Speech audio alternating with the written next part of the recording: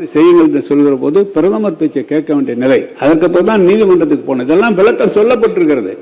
எதை வேண்டும் என்று நாங்கள் எப்படி அந்த காவிரி பகுதியிலே பிறந்து காவிரி பகுதியிலே வளர்ந்து விவசாயிகளாக இருக்கிற நாங்கள் எப்படி காவிரியை விட்டு கொடுப்போம்?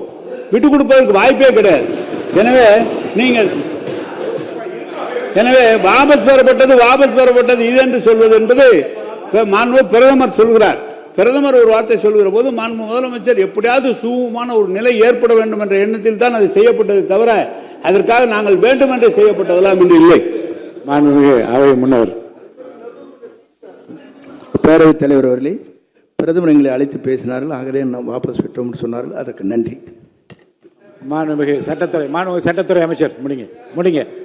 மாண்புமிகு பேரவைத் தலைவர்களே, இவ்வளவு காலமாக வைக்கப்பட்ட குற்றச்சாட்டு என்னன்னா, ஒருதலை பட்சமாக பிரதமர் சொல்லி ஒரு முடிவை எடுத்திருக்கிறார். அன்று இருக்கிற ஒன்றிய அரசுக்கு சாதகமா எடுத்தார்னு சொல்றதான் குற்றச்சாட்டு. அதான் குற்றச்சாட்டு. அதனாலதான் அந்த காலகட்டம் அந்த வழக்கு 2007 வரை நமக்கு கொண்டு வந்து வர்றதுக்கு இத்தனை 40 வருட டிலேயே இந்த அன்னைக்கு வாக்கு பாஸ் வாங்கினால தான். அதுக்கப்புறம் 83 புரட்சி தலைவர் கொண்டு வந்து அந்த வழக்கை திரும்பவும் பதிவு செய்தார். அதுக்கப்புறம் அம்மா முடிச்சு வச்சாங்க. 2013 வரை எவ்வளவு போராடி அந்த கெசட்டை வெளியிட வச்சாங்க. 2018 வந்த தீர்ப்பு எப்படி வந்துச்சு எல்லாமே தெரியும். இது ஒரு விஷயத்தை ஒத்துக்கொண்டதற்கு மிக்க நன்றி. உறுப்பினர் உங்களோட மட்டும் உறுப்பினர் நீங்க பேச விளக்கத்தோடு முடித்து விட்டு நான் முடிவு சொல்றேன். நீங்க பாருங்க. சபையிலே இதை பற்றி அதிகமான தரவை சொல்லப்பட்டிருக்கிறது. அவருக்கு இது தெரியுமா தெரியும், ஆனால் தெரிந்திருக்க வேண்டும். கொஞ்சம் கற்றவர் தெரிஞ்சிருக்க வேண்டும். ஏற்கனவே இது சொல்லப்பட்டு அதுக்கப்புறம் தான் நடுவர் மன்ற தீர்ப்பை வலியுறுத்தி நடுவர் மன்றத்தில் 220 டிஎம்சி என்று சொல்லி அதற்கு பிறகு ஒரு வழக்கு தொடர்ந்து 14 டிஎம்சி குடிநீருக்காக குறைக்கப்பட்ட காலம் தொடர்ந்து சட்ட போராட்டம் நடத்திதான் வந்திருக்கமே தவிர எந்த இடத்திலும் விட்டு கொடுத்ததில்லை. எனவே நீ நன்றி சொல்றது உங்களுக்கு நன்றி, இதை கொண்டு வந்ததுக்காக. மாண்புமிகு பேரவை உறுப்பினர் சொல்லுங்க.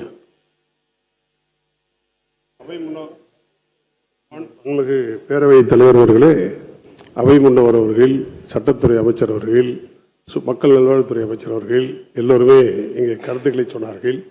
மூத்த உறுப்பினர் அண்ணன் நேரு அவர்களும் இங்கே பேசினார்கள். ஒரு கடைசியார் என்ன ஒரு உண்மை தெரியுமா?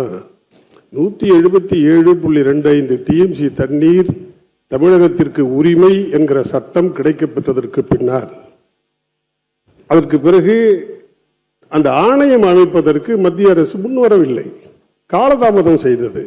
அப்போது நீதிமன்ற அவமதிப்பு வழக்கு போட்டு அன்றைய முதல்வராக இருந்த எங்களுடைய புரட்சித் தலைவர் எடப்பாடியார் அவர்கள் கண்டெம்ட் ஆஃப் கோர்ட் போட்டார். சுப்ரீம் கோர்ட்ல போட்டு அதற்கு பிறகு நீதிமன்ற ஆணையை பெற்று ஆணையத்தை அமைத்து கொடுத்து, ஆமா ஆணையம் இன்றும் நிலுவையில் இருக்கிறது.